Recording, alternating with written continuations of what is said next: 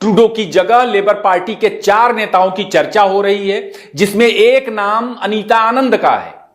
अनीता के पिता तमिल मूल से हैं और मां पंजाबी साइड से हैं।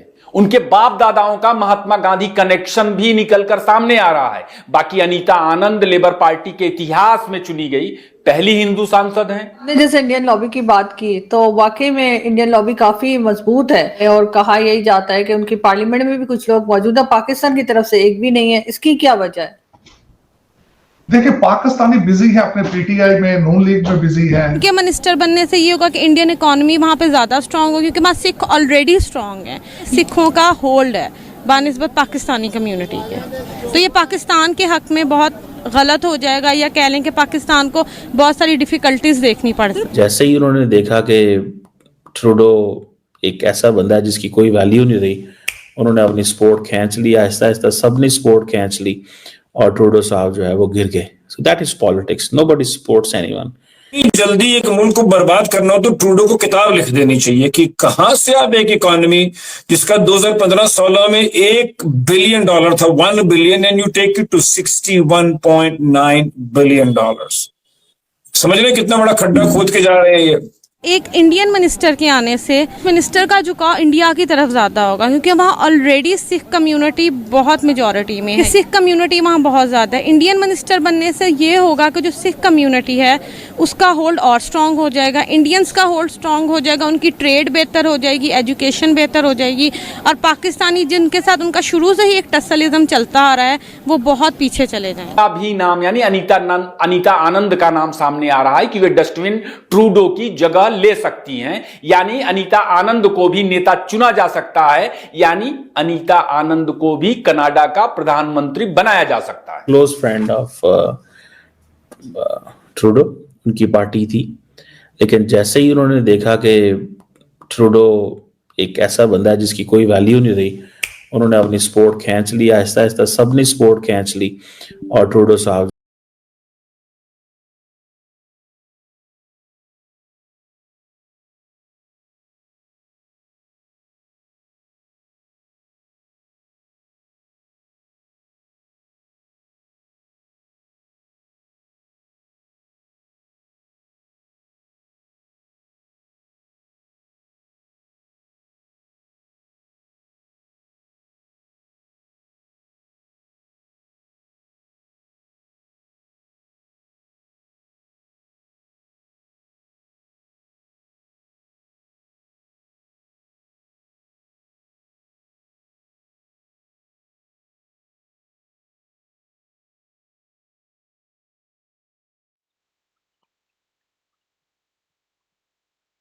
जो है वो गिर गए। So that is politics, nobody supports anyone.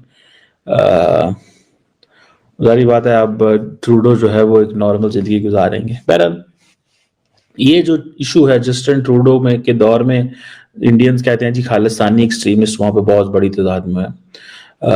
और फिर जो निजर का कत्ल हुआ, अफगान कनाडा उसको लेके नेक्स्ट लेवल पे चला गया। एंड देन फिर उन्होंने कहा जी कि हम बहुत सारे जो इंडियन डिप्लोमेट्स हैं उनको इन्वेस्टिगेट कर रहे हैं, और वो उनको कईयों को इंडिया ने कहा कि नहीं, हम नहीं इनको रखेंगे।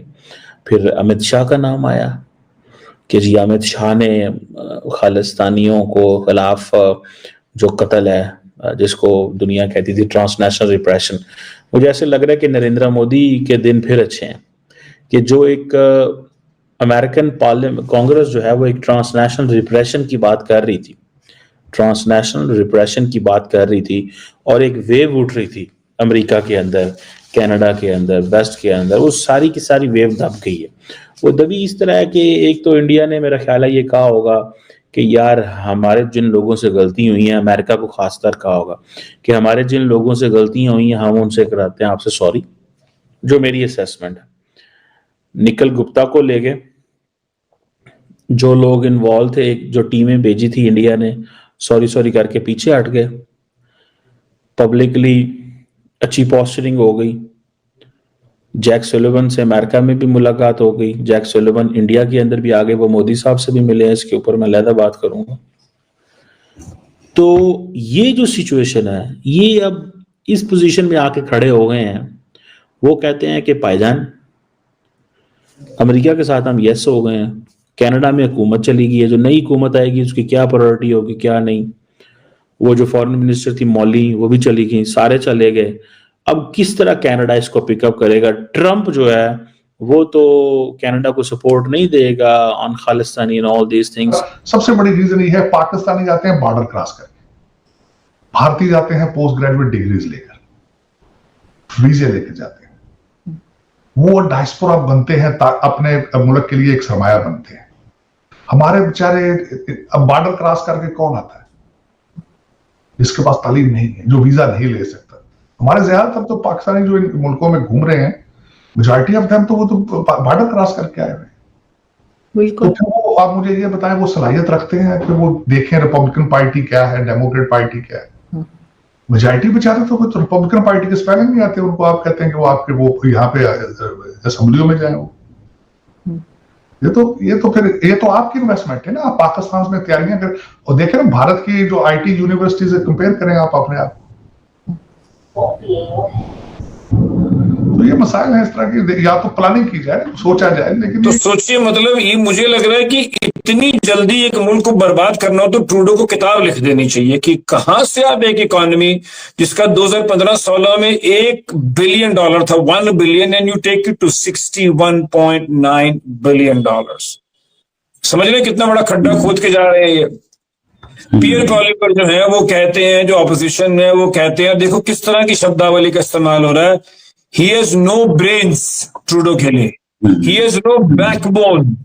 He is a clown. He has made Canada a circus around the world. तो ये हालत हो गई। और बाकी जो रही सही कसर है वो डोनाल्ड ट्रंप साहब ने पूरी कर दी। वो तो मतलब इतना, ये तो मतलब कहते हैं ना, वो गई भैंस पूरी पानी में गई है। तो क्योंकि अमेरिका, कनाडा, हम जब when I used to live in the US तो हम उसको बोलते थे इट इज आवर बैकयार्ड। तो छोटा भाई है, मतलब डोनाल्ड ट्रंप जो कह रहा है कि जहां मर्जी बिठा दूंगा, जहां मर्जी खड़ा कर दूंगा, ये मान जाएगा। इतना बड़ा पोरस और नॉन गार्डेड बॉर्डर भी नहीं है दुनिया में जो इन दो कंट्रीज का है। तो जगमीत सिंह साहब ने तो इनको पूरा यूज और अब्यूज करके छोड़ दिया है।